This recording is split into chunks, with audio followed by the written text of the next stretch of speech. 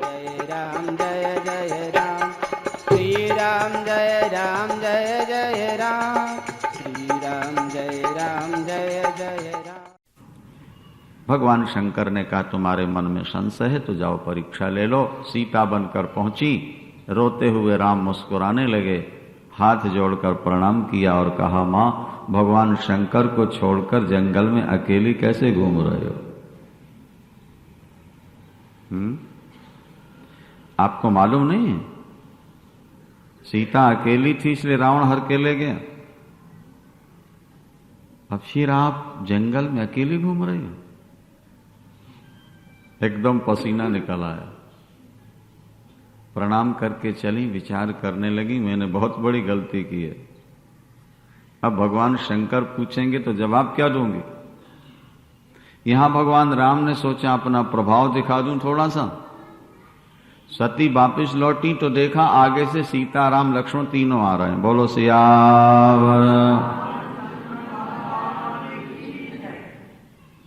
अरे पीछे तो राम लक्ष्मण के साथ रो रहे थे और आगे से तीनों आ रहे हैं, तो पीछे वाले कहां गए? जब पीछे मुड़ के देखा तो वहां भी तीन नजर आए। आगे से भी तीन आ रहे हैं, पीछे से भी तीनों, और दाहिनी तरफ देखा तो वहां से भी तीन, बाएं तरफ देखा तो वहां से भी तीन। अब जहां चेत वहीं ताह प्रभु आसीना, से वहीं सेद मुनीश प्रवीणा। आकाश में देखा तो करोड़ों सिंहासन हैं और प्रत्येक सिंहासन पर सीताराम विराजमान, और ब्रह्मा शंकर सब पूजन कर रहे हैं। सती की आंखें बंद हो गई, बैठ। प्रभु मुझे विश्वास हो गया आप ईश्वर हो। फिर पर्दा डाल दिया माया का, अकेले राम और लक्ष्मण फिर दिखाई देने लगे और वो रो रहे हैं सीता के लिए। सती ने कहा मैंने कोई परीक्षा नहीं ली, केवल मत्था टेका, प्रणाम किया है। भगवान शंकर ने ध्यान किया, सारा चरित्र सामने आ गया। जो सीता बन गई वो मेरी मां के रूप में है, अब मैं कैसे स्वीकार करूं? अंत में निर्णय हुआ इस शरीर से सती से भेंट नहीं होगी, पत्नी के रूप में स्वीकार नहीं करूं।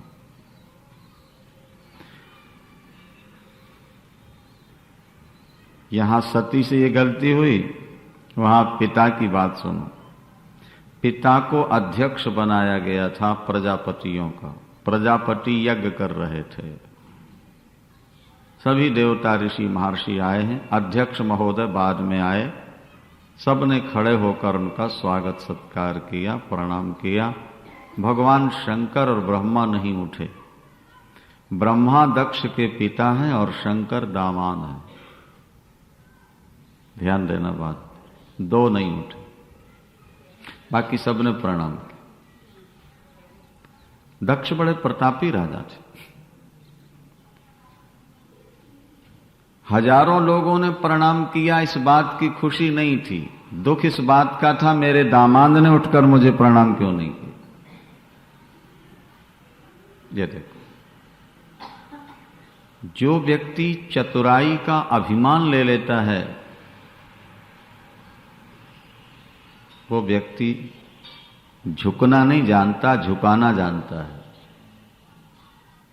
और जो झुकते नहीं हैं वे टूट जाते हैं, जो झुकना जानते हैं वे फिर खड़े हो जाते हैं। बोलो वृंदावन।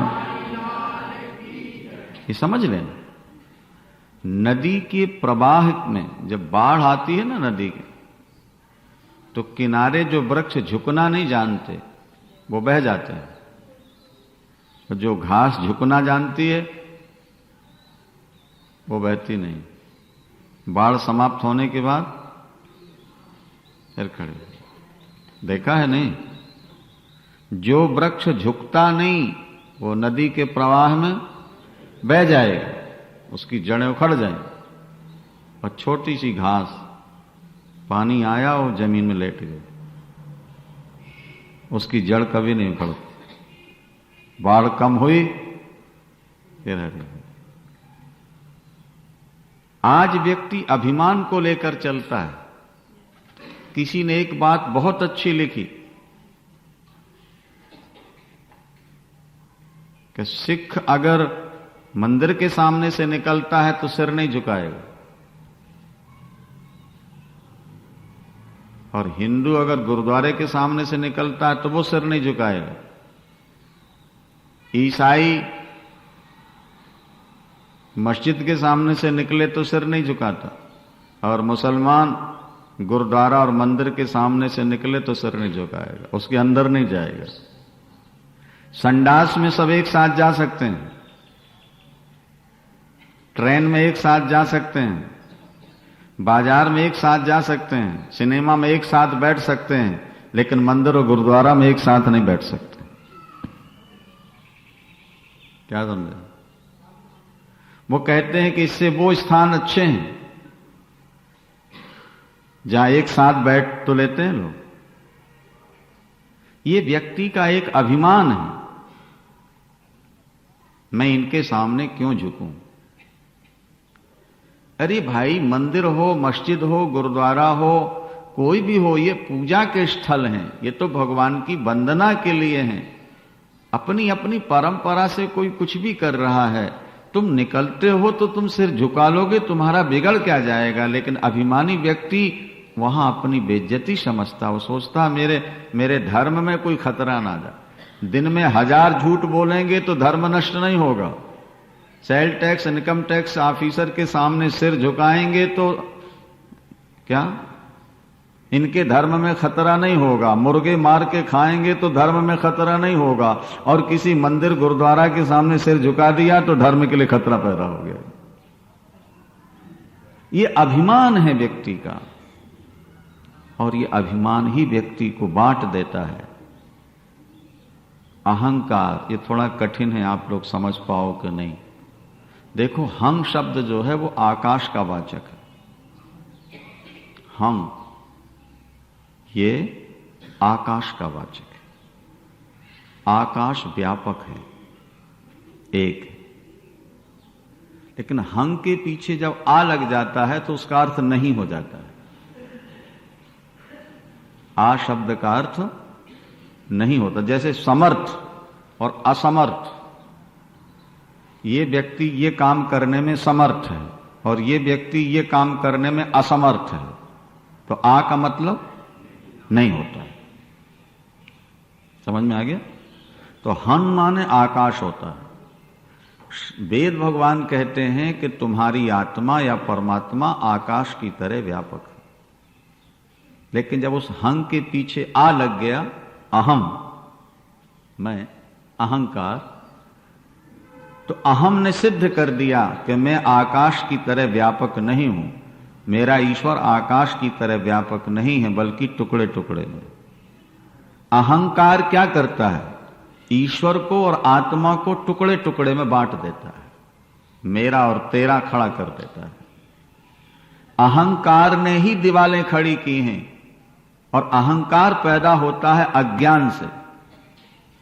जब व्यक्ति के हृदय में अज्ञान होता है तो उसके दिल में अहंकार होता है, और जब अहंकार होता है तो दीवारें खड़ी होती हैं, लड़ाइयां होती हैं, वैमनस्यताएं होती हैं। जो धर्म के स्थान व्यक्ति को जोड़ने वाले थे, उन धर्म स्थानों ने ही व्यक्ति को तोड़ना प्रारंभ कर दिया, दीवारें खड़ी करने से।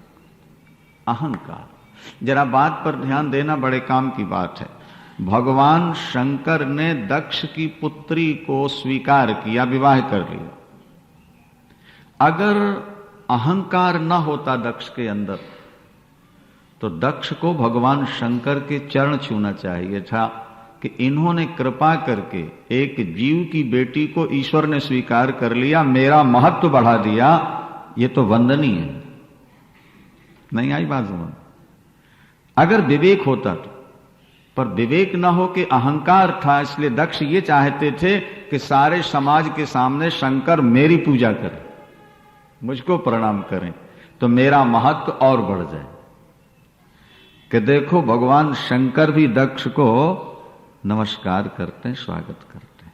अभिमानी व्यक्ति ये चाहता है कि दुनिया मुझे प्रणाम करे, मैं किसी को प्रणाम नहीं करूं, दुनिया मेरे सामने झुके, मुझे किसी के सामने झुकना न पड़े। और 2 दिन पहले हमने आपसे कहा था कि जिसके सिर पर बोझा होगा वो व्यक्ति झुकने में डरेगा, कहीं बोझा गिर न जाए। और जिसके शरीर में कोई बोझा नहीं होगा उसको झुकने में कोई कठिनाई नहीं होगी। व्यक्ति जब अहंकार का बोझ लेके चलता है दुनिया में तो फिर वो किसी के सामने झुकना नहीं चाहता। बहू सास ससुर के सामने झुकना नहीं चाहती, बेटा बाप के सामने भी झुकना नहीं चाहता। अरे शिष्य गुरु के सामने भी वो उस तरह नहीं झुकना चाहता जैसा शास्त्र कहते हैं। शास्त्र तो कहते हैं गुरु को साष्टांग प्रणाम करो, भगवान को साष्टांग प्रणाम करो, लेकिन हम तो भगवान के सामने सिर भी नहीं झुका पाते, क्योंकि अभिमान को लेकर चल रहे हैं। हमारा अहंकार हमें रोकता है साष्टांग प्रणाम करने के। अभिमानी व्यक्ति अकड़ के चलता है, यह ध्यान रखना। और जो अकड़ता है वो बुरी तरह गिरता है।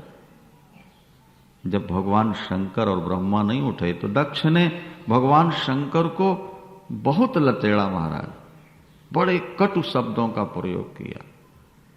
ये मरकट लोचन है, बंदर की तरह इसकी आंखें हैं, ये श्मशान में रहता है, ये जटा भस्म धारण करता है, मुंडों की माल पहनता है और भूत प्रेतों के साथ रहता है।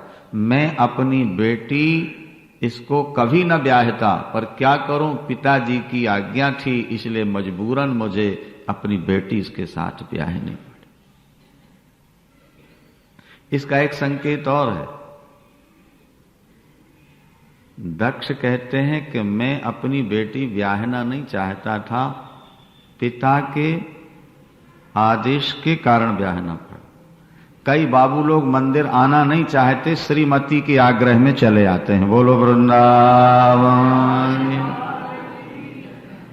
क्या तीर्थ जाना नहीं चाहते, श्रीमती का चक्कर होता है कि बेचारी घसीट के ले जाती है। अपने गए, थोड़ा फॉर्मेलिटी के रूप में मंदिर भी हुआ है, तीर्थ भी हुआ है, कथा वथा सुन ले। उनके मन में कोई श्रद्धा नहीं रहती।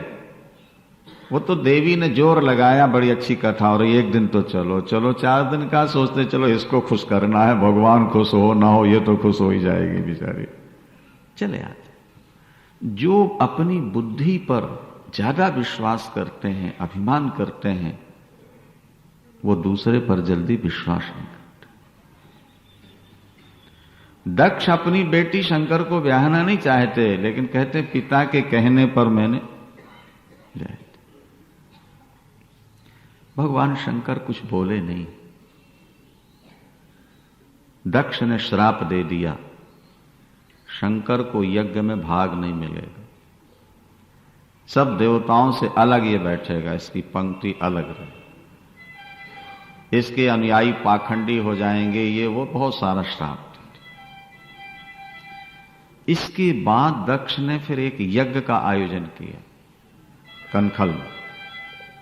हरिद्वार में जो कनखल है ना, वहां एक यज्ञ का आयोजन होता है। यज्ञ का उद्देश्य होता है हृदय की शुद्धि, लेकिन यज्ञ 3 प्रकार के होते हैं। एक यज्ञ होता है दूसरे को मारने के लिए, नीचा दिखाने के लिए, जैसे रावण और मेघनाद यज्ञ कर रहा था। क्या सीरियल में देखा होगा ना, वो राम को मारने के लिए यज्ञ करता है। और तब विभीषण ने बताया था कि यदि यज्ञ पूरा हो गया तो रावण मरेगा नहीं, मुश्किल हो जाएगी आप। ये तामसी यज्ञ कहलाता है। दूसरा यज्ञ होता है राजसी, जो यश लूटने के लिए होता है, दूसरे लोग हमारी तारीफ करें, प्रशंसा करें, ईश्वर के प्रति श्रद्धा नहीं, केवल समाज हमको धन्यवाद दे, हमारी जय जयकार करे। ये राजसी यज्ञ होता है। और तीसरा सात्विक यज्ञ होता है, जहां अपने हृदय की शुद्धि के लिए, अपने पापों की निवृत्ति के लिए, भक्ति प्राप्ति के लिए यज्ञ किया जाता है, वो सात्विक कहलाता है। दक्ष के यज्ञ का उद्देश्य हृदय की शुद्धि नहीं है। दक्ष के यज्ञ का उद्देश्य शंकर को नीचा दिखाना। ऐसा यज्ञ कभी पूर्ण नहीं होता, उसका कोई फल भी नहीं होता। दक्ष ने सबको निमंत्रण दिया है, लेकिन अपनी बेटी और दामाद को निमंत्रण नहीं दिया। मैं दुनिया को ये दिखाना चाहता हूं कि मैंने जो श्राप दिया है उसका प्रारंभ ये हो रहा है। देखो, सब देवता आए हैं और शंकर नहीं, बाइका। अच्छा, ब्रह्मा और विष्णु भी नहीं आए, यद्यपि उनके पास निमंत्रण गया था, लेकिन वे आए। क्योंकि ये तीन देवता नाम तीन है, मूल में एक। जैसे आपके शरीर में पैर, हाथ और सिर, तीन नाम हो गए ना, पैर, हाथ और सिर, नाम तीन है, लेकिन एक ही शरीर के तीन अंग हैं। इसी तरह भगवान एक ही है, नाम तीन है। भाई, एक व्यक्ति डॉक्टर भी है, इंजीनियर भी है और वकील भी है, मान लिया जाए 3 डिग्री उसने प्राप्त कर ली, तो जब कोर्ट जाएगा तो लोग वकील साहब कह के पुकारेंगे क्या? डिस्पेंसरी में बैठेगा तो डॉक्टर साहब कहेंगे, और कोठी ओठी बनवा रहा होगा तो इंजीनियर साहब कहेंगे। तो क्या 3 नाम लेने से व्यक्ति 3 हो गए? अगर एक व्यक्ति में 3 गुण हैं तो वो 3 जगह 3 नाम से पुकारा जाता है। इसी तरह परमात्मा एक है, लेकिन उसके नाम 3 हैं, ब्रह्मा, विष्णु और महेश। वो जब दुनिया को पैदा करते हैं तो ब्रह्मा कहलाते हैं वही, और जब दुनिया का पालन करते हैं तो वो विष्णु कहलाते हैं, और जब संहार करना होता है तो शंकर कहलाते हैं। तो जब शंकर को नहीं बुलाया तो ब्रह्मा विष्णु भी उस यज्ञ में नहीं आए, वो जानते थे कि यज्ञ पूर्ण नहीं हो। सती को मालूम पड़ा कि मेरे पिता यज्ञ कर रहे हैं, बहुत ध्यान से सुनेंगे। निमंत्रण नहीं आया, सती को मालूम पड़ा तो भगवान शंकर से कहती हैं, प्रभु चलिए ना यज्ञ में चलें। माता पिता के यहां का आकर्षण बहुत रहता है पत्नी में, नहीं? मायका बहुत मीठा लगता है। चलो, भगवान शंकर ने कहा निमंत्रण नहीं आया इसलिए नहीं जाना चाहिए। सती ने कहा माता पिता और गुरु के यहां यज्ञ में बिना बुलाए जाने में कोई हानि नहीं होती है, सती का तर्क है। भगवान शंकर का समाधान है कि ठीक है, माता पिता गुरु के यहां बिना बुलाए जाने में आपत्ति नहीं है, पर अगर विरोध मानते हो तो फिर बिना बुलाए नहीं जाना चाहिए। तदपि विरोध मान जहां कोई, तहां गए कल्याण न होए। अगर विरोध खड़ा हो गया है, क्योंकि समाज में अपमान हो जाना मरने से भी ज्यादा खतरनाक है। यद्यपि जग दारुण दुख नाना, पर सबते कठिन जाति अपमान। सती बात नहीं मानती और वो अकेली चल, आप जाओ न जाओ, मैं तो अपने पिता के यहां जाऊं। यह आकर्षण देखो भाई जरा,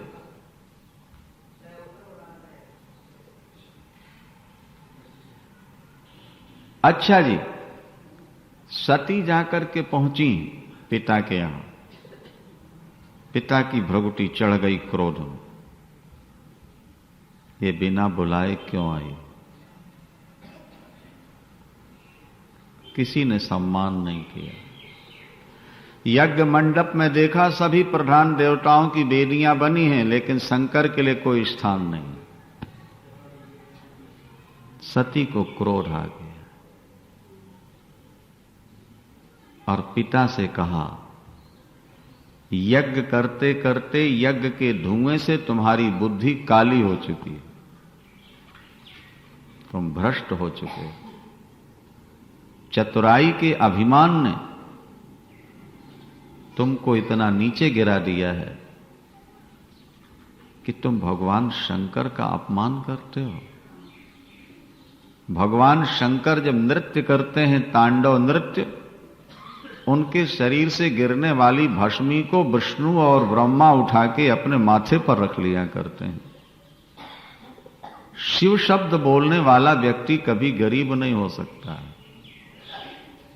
जो शिव शिव जपता रहे वो गरीब नहीं हो, वो मूर्ख नहीं हो। ये ध्यान रखें। भगवान शंकर ज्ञान के अधिष्ठाता हैं। वो स्वयं श्मशान में रहते हैं, लेकिन भजन करने वालों की कोठियां जरूर बनवा देते हैं। बोलो शंकर भगवान की। वो भले बाघंबर पहनते हैं, लेकिन भजन करने वालों को पाटंबर पहना देते हैं, रेशमी वस्त्र पहना देते हैं। वो मुंडों की माल पहनते हैं, लेकिन भजन करने वालों को हीरों की मालाएं पहना दिया करते हैं।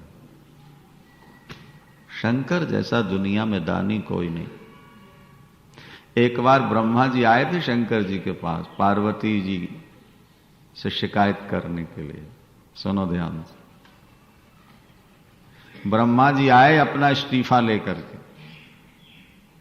पार्वती अम्बा से बोले, मां मेरा इस्तीफा ले लो, अब मैं काम नहीं करूंगा। एक काम करने वालों को कभी कभी अजीर्ण हो जाता है, अपना इस्तीफा दिखाने लगते हैं। बोलो सच्चिदानंद। ब्रह्मा जी को भी थोड़ा अजीर्ण हो गया। अजीर्ण क्या था, वो मजाक थी वो तो आपस में। ब्रह्मा जी ने कहा, मां इस्तीफा ले लो, अब तो मैं सृष्टि नहीं करूंगा, मैं तंग आ गया। बात क्या हुई, ब्रह्मदेव इस्तीफा देने से पहले उसका कुछ कारण तो बताओ। भाई कारण तो लिखना पड़ता है, इस कारण से मैं इस्तीफा दे रहा हूं क्या? तो ब्रह्मा जी कहते हैं, मैं तुम्हारे पति से तंग आके इस्तीफा दे रहा हूं। मेरे पति से तंग क्यों आ गए तुम? मेरे पति तो भोलेनाथ हैं, भजन करने वाले सदा सुखी रहते हैं, आप तंग क्यों आ गए? बोले बस यही तो मैं भी कह रहा हूं ना, जैसा इनका नाम है ऐसा ही इनका काम। इनको भोलेनाथ कहते हैं लोग, ये ऐसे भोले बाबा हैं कि मैं वहां से किसी व्यक्ति के माथे में लिख के भेजता हूं कि जिंदगी में कभी सुखी नहीं रहेगा, और वो अगर इनकी शरण में आ गया तो मेरे लिखे को काट करके उस कंगाल को करोड़पति बना देते हैं, उस दुखी को ये सुखी बना देते हैं। अब मैं लिखता हूं और ये काट दिया करते हैं, तो बताओ जब मेरी चलती नहीं तो फिर सब इस ट्रस्ट में रहने से मेरा फायदा क्या होगा? इसलिए मेरा तो इस्तीफा स्वीकार कर लो अम्मा। जिनके भाग लिखी ना सुख की तनिक निशानी, जिनके भाग लिखी ना सुख की तनिक निशानी, तिन रंकन कह नाक संवारत हो आयो नकवानी। उन गरीबों को ये अरबपति बना देते हैं। मैं लिख के भेजता हूं इसके भाग्य में संतान नहीं है, वो शंकर की शरण में आ गया, 4-4 बच्चे घर में खेल रहे हैं। अब बताओ मैं क्या करूं? हंस पर पार्वती अम्बा बड़ी हंसी, भगवान शंकर भी ठहाका मार के हंसे। ब्रह्मा जी ने प्रणाम किया, बैठ गए। बिना प्यार किए तो तुम जीवित रह ही नहीं सकते। किसी ना किसी से जिंदगी में प्यार करना पड़ेगा, भले नोटों से कर लो, भले बेटों से कर लो, पत्नी से कर लो, शराब से कर लो, कहीं ना कहीं मन को टिकाने का आधार बनाना पड़ेगा तुम्हें। भाग्यशाली है वो व्यक्ति जो भगवान से प्यार कर लेता है। प्यार का यही नमूना है कि अचानक जब यमराज के दूत आएंगे उसी का नाम निकलेगा जिससे ज्यादा प्यार, उसी की याद। अजामिल बेटे का नाम लेता रहा, नारायण नारायण नारायण। यमराज के दूत आए, मुख से निकल गया नारायण। और एक व्यक्ति तंबाकू खाता है चूना मिला के, पर चूना भूल गया, जंगल गया है लकड़ी काट।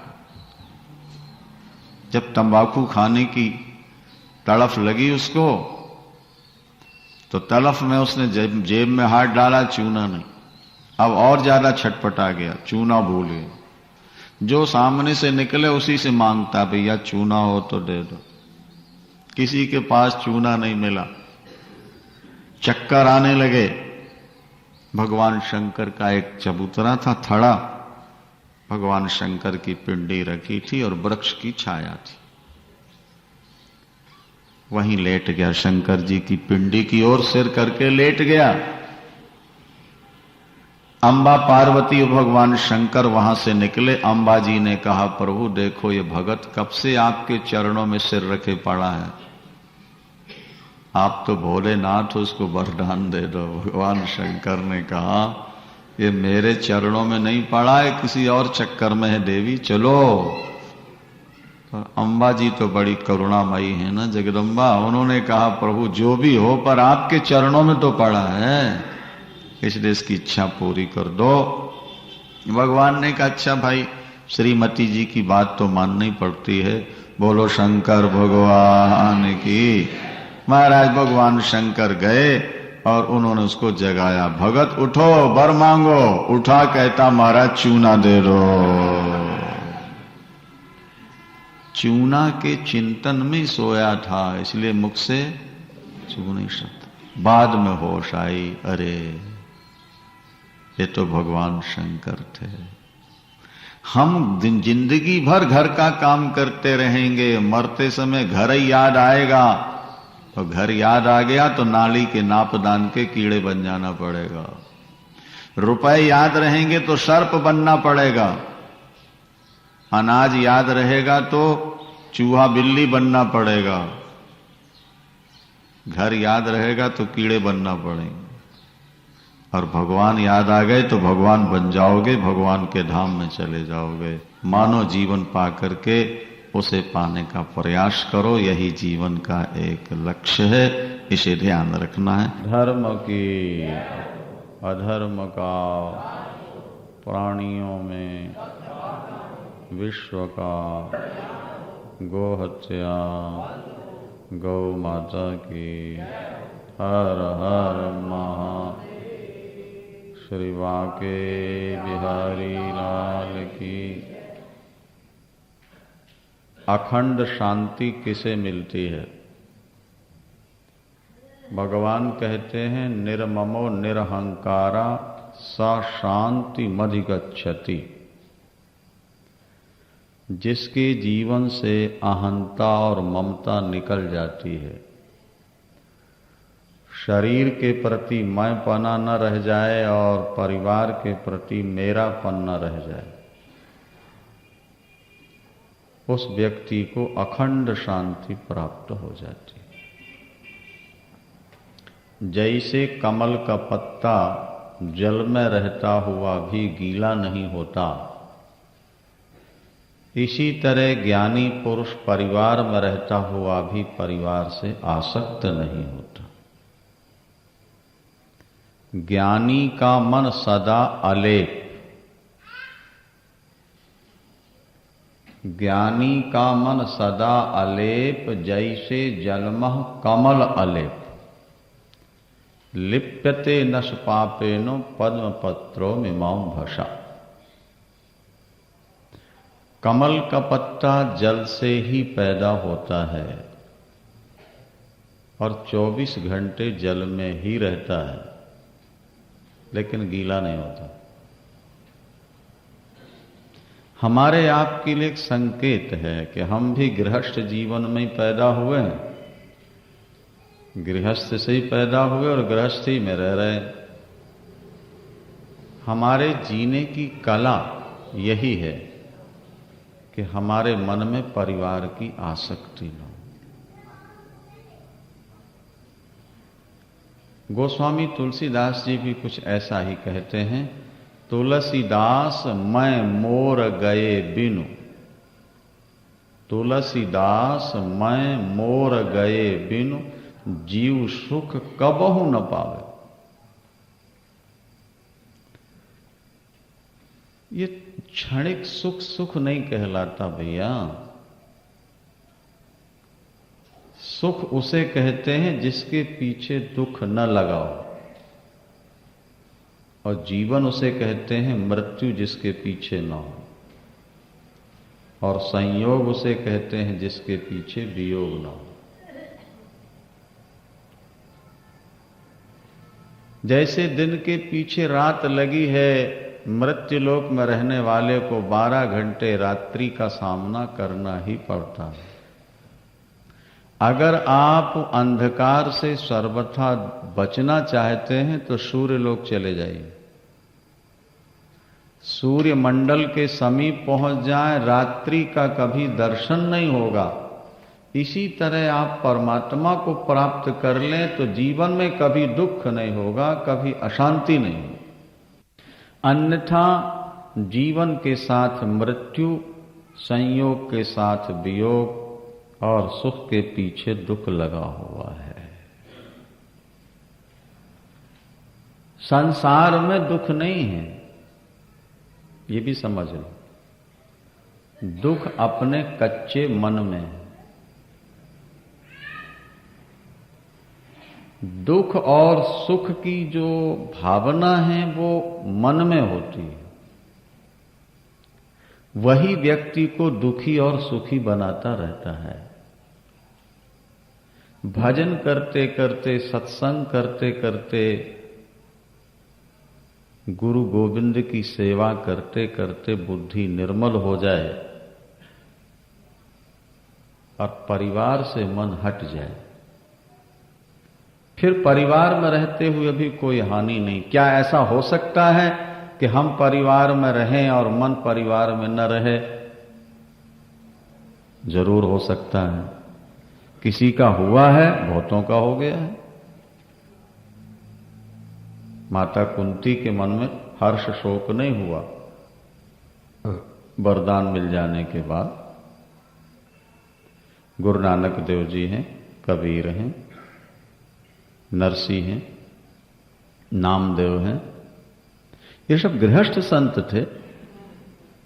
जीवन भर घर में रहे। गुरु गोविंद सिंह जी महाराज के 4 पुत्र मारे गए। 4 ही थे। 2 युद्ध में मारे गए, 2 दीवार में चुनवा दिए गए। लोगों को बड़ा दुख था, बड़ी पीड़ा थी और लोग शोक मनाने गए। बाहर ले जाओ।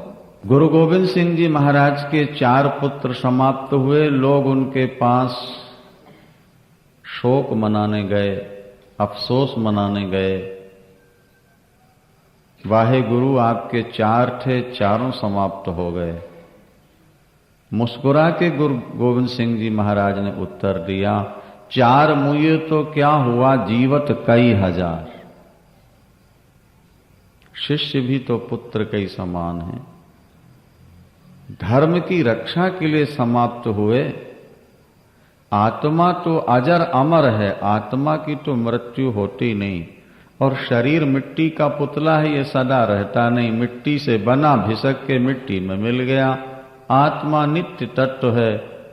गुरु गोविंद सिंह जी महाराज ने साफ कह दिया, मैं उस परम पुरुष का दासा,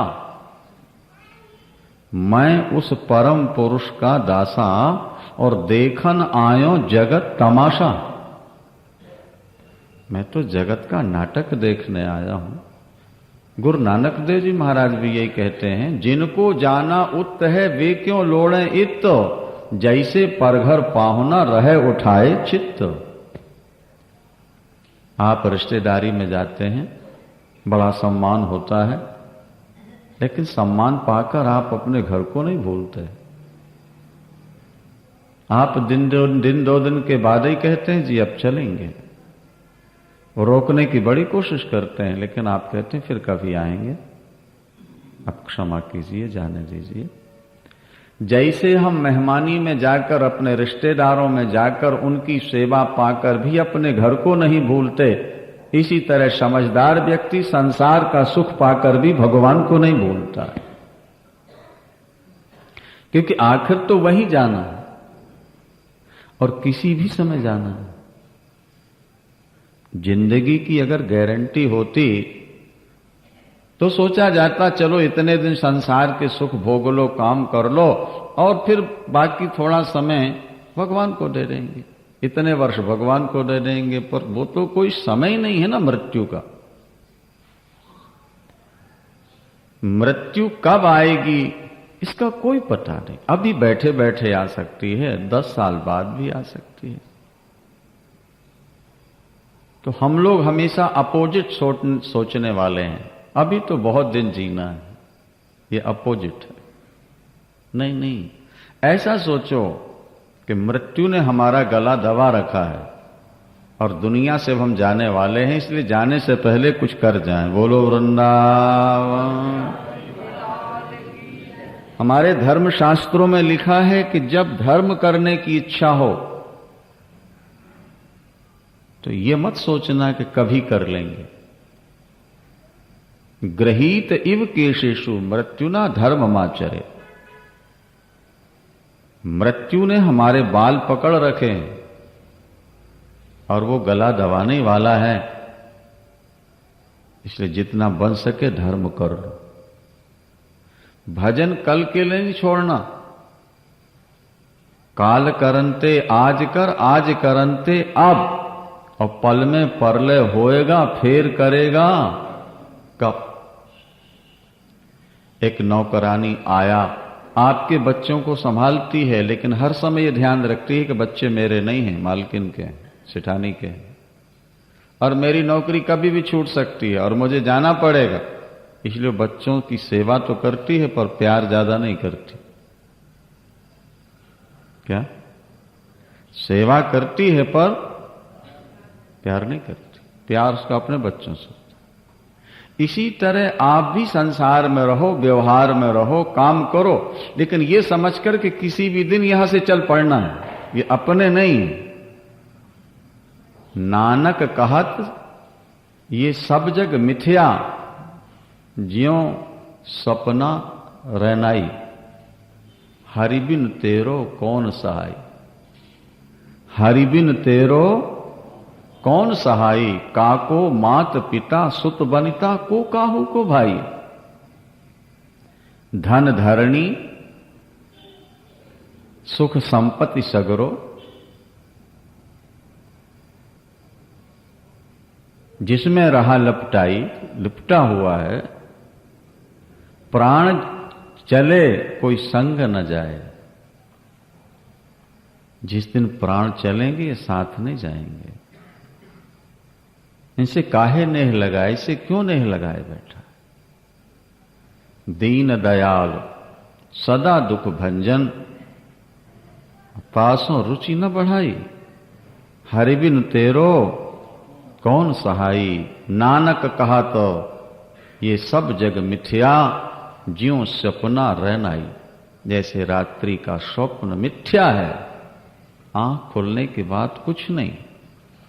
भागवत में ये बात जोर देकर कही गई है, स्वप्न में आपको जो मिलता है, बंद आंखों में जो मिलता है, आंख खुलने के बाद कुछ नहीं, और खुली आंख में जो मिलता है, बंद होने के बाद कुछ नहीं।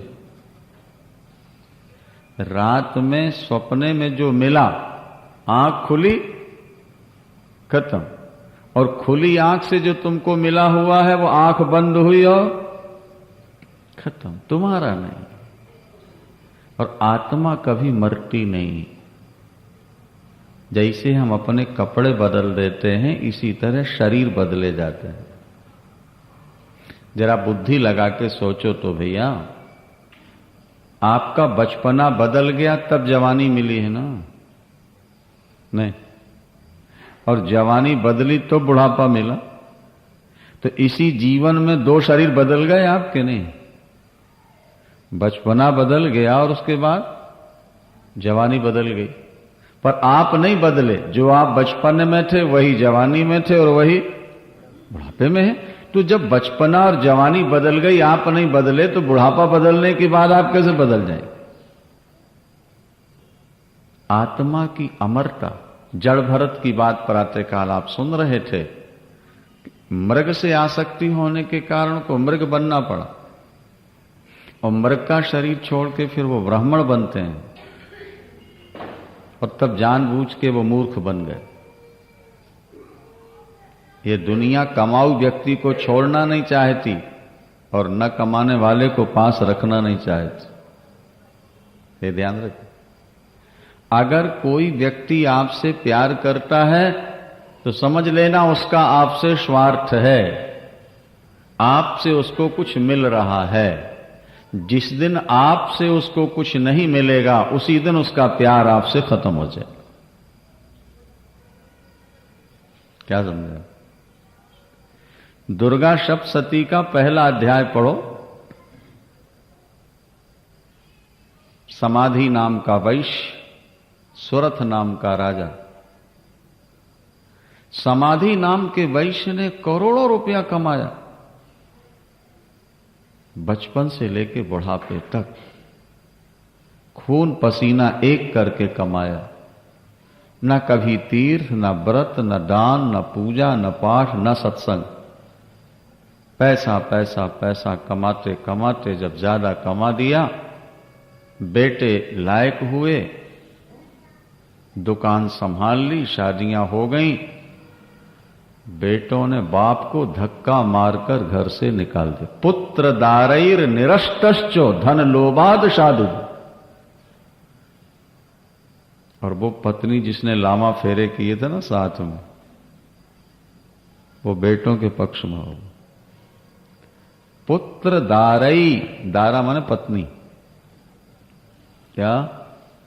पुत्र दारैर निरस्तश्चो, पुत्र और पत्नी ने मिलकर के बाप को घर से, पति को घर से, पत्नी ने भी निकाल दिया, जाओ।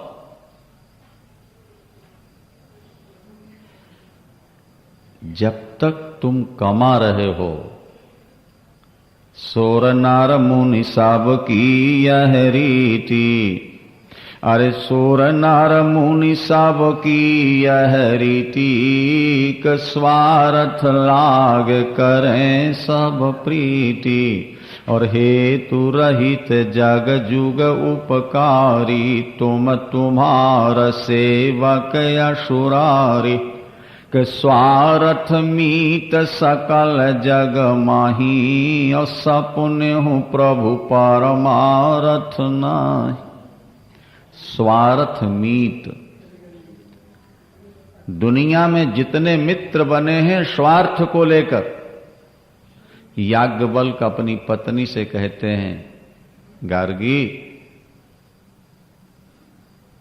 पत्नी पति से प्यार करती है, पति के लिए नहीं, अपने सुख के लिए पति से प्यार करती है। नवा अरे पत्यु कामायो पति प्रियो भवति, आत्मनष्टु कामायो पति प्रियो भवति।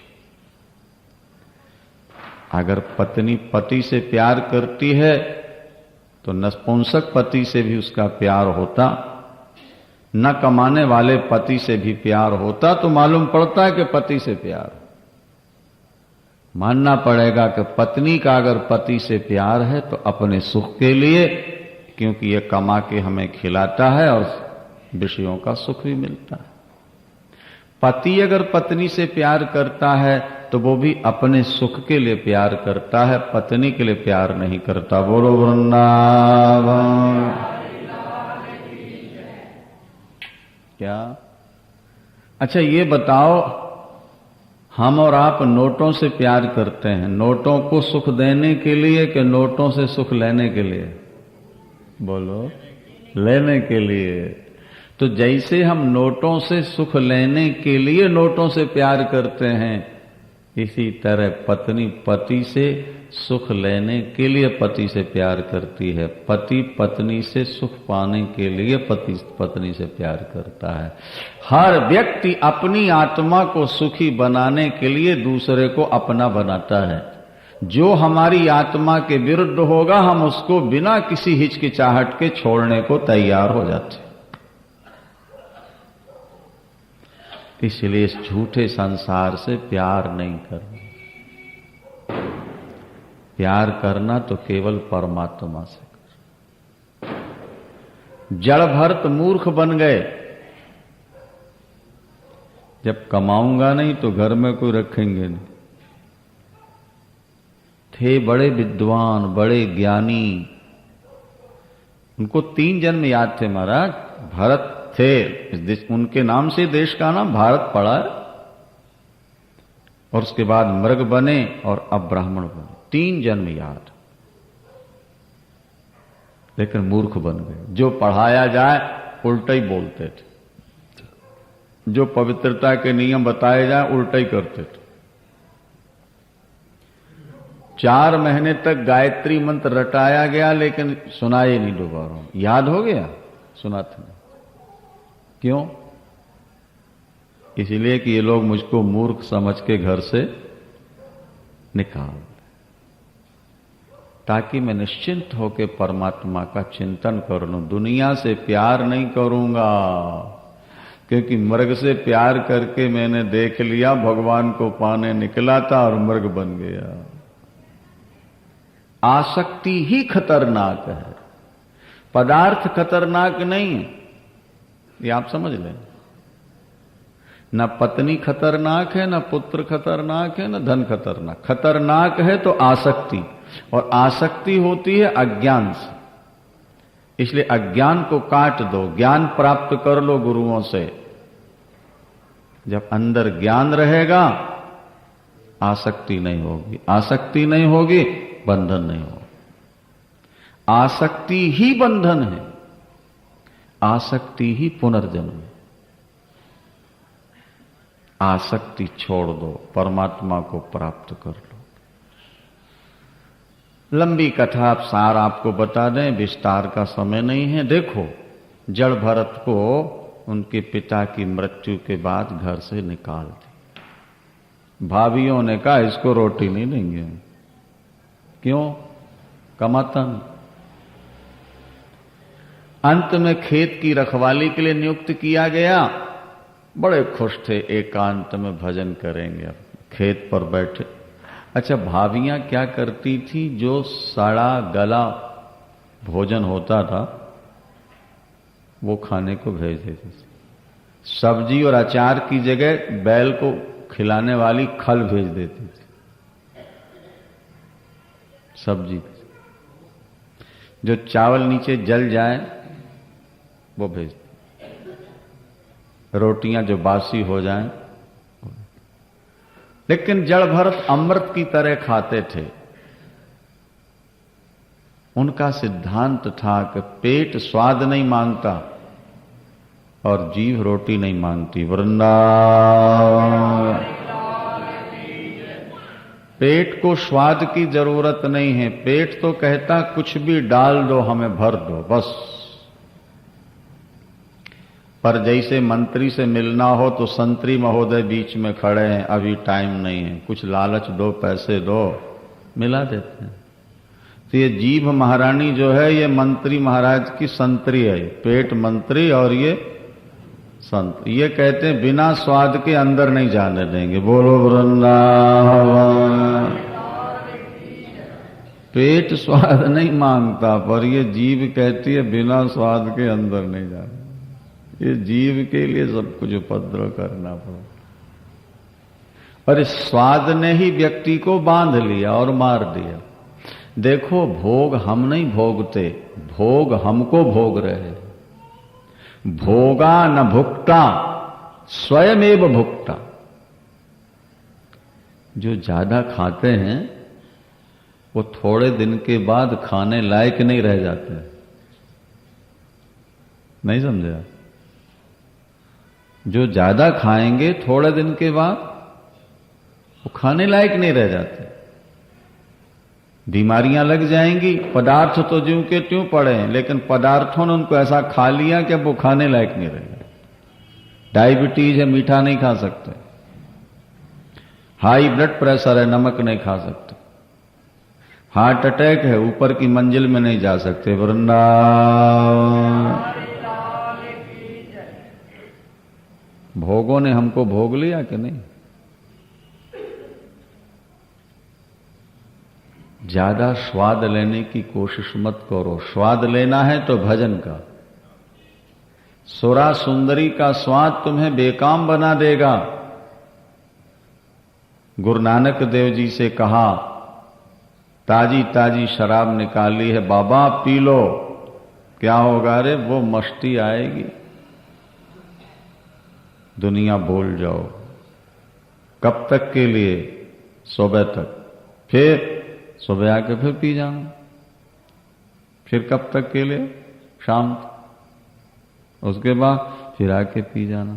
गुरु नानक देव जी ने कहा नहीं, हम ऐसा नशा नहीं पीना चाहते भैया जो शाम को पिए सुबह उतर जाए और सुबह पिए भांग धतूरा काहिरा उतर जात प्रभात, नाम खुमारी नानका चढ़ी रहे दिन रात। हम तो नाम का नशा करते हैं, हम तो नाम जपते हैं अपने ईश्वर का। हरि का नाम जपो मन मेरे, नानक पावो सुख घरे। जब विषयों का स्वाद छोड़ दोगे बाबा तो भजन का स्वाद मिलने लगे। दो मकोड़ों में मित्रता हो गई। मकोड़े नहीं होते काले काले कीड़े, घरों में घूमते रहते। एक रहता था नमक की खान में और दूसरा रहता था चीनी के बोरे में। सेठ जी के यहां चीनी की एजेंसी थी, उनके बोरे में रहता। दोनों में मित्रता हो गई।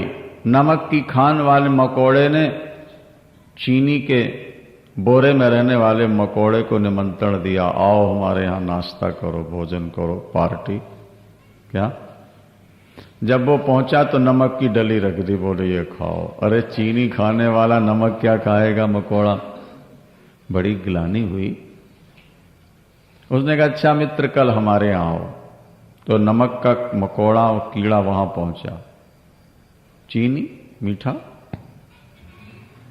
खाने तो लगा लेकिन उसने तारीफ नहीं की। हाँ, तो चीनी वाले मकोड़े ने सोचा कि नमक खाने वाला चीनी खाए और वाह वाह न करे। ये बात समझ में नहीं आई, कुछ कारण होना चाहिए। बोले मित्र सही सही बताओ, चीनी में स्वाद कैसा लगा? बोले हाँ ठीक ही है। बोलो वृंदावन। कई लोग कथा की बड़ी तारीफ करेंगे और कई ऐसे भी आते हैं जो आके सो जाते हैं और जाते समय कहते हैं हाँ ठीक ही है, खास बात नहीं। कथा में आके सो जाओ या संसार को साथ लेके आ जाओ, कथा में आनंद नहीं आएगा आपको। मकोड़े से पूछा कि तुम चीनी खाकर भी तारीफ क्यों नहीं करते, क्या कुछ साथ लाए हो? उसने कहा देखो मित्र से कपट नहीं करना चाहिए, झूठ नहीं बोलना चाहिए। मैं जब वहां से चला था तो नमक की डली साथ लेके आया था मुंह में, इसीलिए कि वहां अगर भोजन नहीं मिला कुछ देर तो नाश्ता तो कर ही लूंगा। अरे बोले इसीलिए चीनी का स्वाद नहीं मिला, जरा मुंह साफ करो। उस मकोड़े का मुंह साफ करा कि जब चीनी चटाई महाराज नाचने लगा खुश होकर, अरे वाह इतनी मिठास, अब तो छोड़ के जाऊंगा नहीं कभी नमक की खान में, वहीं रम गया। अगर आपको भगवान का भजन मीठा नहीं लगता तो ये भजन का दोष नहीं है, ये आपके पापों का दोष है, आपके मन का दोष है। आपका मन संसार में फंसा हुआ है, आप यहां बैठकर भी संसार की ही बातें सोचते रहते हैं।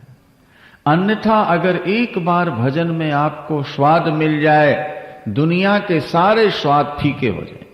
जो तो ही राम लगत मीठे, सब रस अनरस हो जाते, खटरस होते सीठे। जो तो ही राम लगत मीठे। पर यह भजन करते करते मिठास आ जाती है। जड़ भरत ज्ञानी भक्त हैं, आत्मा को शरीर से अलग मानते हैं, संसार से नाता नहीं और शरीर को अपना माना नहीं। बस देखो जब तक परिवार को अपना मानते रहोगे, शरीर के साथ जुड़े रहोगे, तब तक घर की समस्याओं से आप कभी मुक्ति नहीं पा सको, कभी चिंता से आप मुक्ति नहीं पाओगे। पीस ऑफ माइंड जो आप चाहते हो ना, अरबों रुपया कमा लो भैया, नहीं मिले। गरीब कहे धनवान सुखी है, और धनवान कहे सुख राजा को भारी। अपने से आगे वाला सुखी दिखता है, ये प्रकृति का नियम है। पर ये कभी नहीं सोचते कि अगर वो सुखी हैं तो परेशान क्यों हैं, रात दिन दौड़ क्यों रहे हैं। गरीब कहे धनवान सुखी है, धनवान कहे सुख राजा को भारी, और राजा कहे चक्रवर्ती सुखी है, चक्रवर्ती कहे सुख इंद्र को भारी। तो इंद्र कहें चतुरानन सुखी हैं, चतुरानन कहें सुख विष्णु को भारी, और तुलसी जी अजान विचार कहें सिया राम भजन बिन जीवो दुखारी।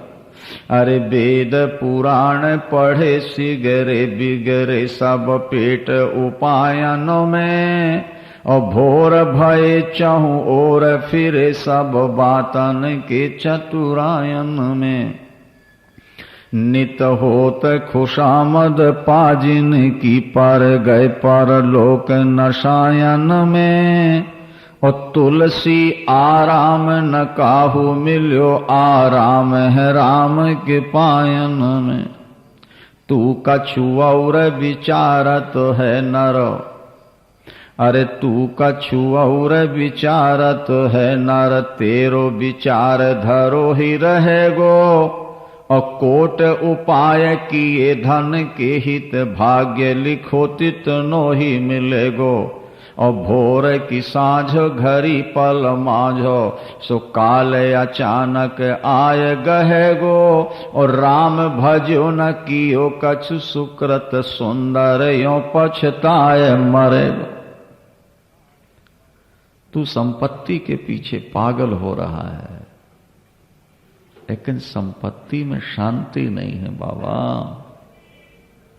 ये अशांत बना देती, बहुत अशांत बनाती है। भागवत में लिखा है अर्थ में 15 अनर्थ हैं। अर्थ धन को कहते हैं, इसमें 15 अनर्थ। झूठ बोलना पड़ेगा धनवान होने के लिए, दूसरों की हिंसाएं होती हैं, स्तेयम चोरी करनी पड़ती है, चाहे इनकम टैक्स की करो या सेल टैक्स की करो। स्तेयम हिंसा अनृतम दंभा, वो व्यक्ति दंभी हो जाता है धन कमाने वाला। स्तेयम हिंसा अनृतम दंभा, कामः क्रोधः इष्मयो मदा। धनवान ज्यादा कामी हो जाते हैं। जब पैसा ज्यादा होता है तो महाराज 5 स्टार होटलों में जाकर के फिर रातें गुजारते हैं, पैसे के बल पर। बहुत पाप। कामः क्रोधः इष्मय, अहंकार बढ़ जाता है, मद बढ़ जाता है, भेद बैर अविश्वास, सुरा सुंदरी जुआ, ये 15 अनर्थ आ जाते हैं धन के साथ। इसलिए धन से बहुत ज्यादा प्यार मत करो। ये ठीक है कि धन के बिना गुजारा नहीं, लेकिन धन एक बहुत बड़ी समस्या है। हमने अपने 40 साल कथा के जीवन में बड़े उतार चढ़ाव देखे लोगों के। गरीब मिले रोए, महाराज जी धन पाने के लिए कोई उपाय बताओ। भैया धन मिल जाएगा तो क्या होगा? बोले जिंदगी आराम से कटेगी, चैन से कट जाएगी। भैया धन में शांति नहीं है, लेकिन नहीं मानते। भगवान ने कृपा की, करोड़ों रुपया कमा लिया। दोबारा जब गए, स्वामी जी आपकी कृपा, भगवान की कृपा से संपत्ति बहुत मिल गई, लेकिन शांति नहीं है। अब कोई शांति का उपाय बता दो। पहले कहते थे धन का उपाय बता दो, और अब कहते हैं शांति का। लेकिन ये बात तो हम पहले ही कह रहे थे तुमसे। बोले तब तक अनुभव नहीं था, अब अनुभव हो गया। ईश्वर का चिंतन किए बिना अखंड शांति नहीं मिले। चाह गई चिंता गई, मनुआ बेपरवाह, जिनको कछु न चाहिए वोई शाहनशाह। चाह चमारी चूहरी, सो नीचन सो नीच, तू तो पूर्ण ब्रह्म था, चाह न होती बीच।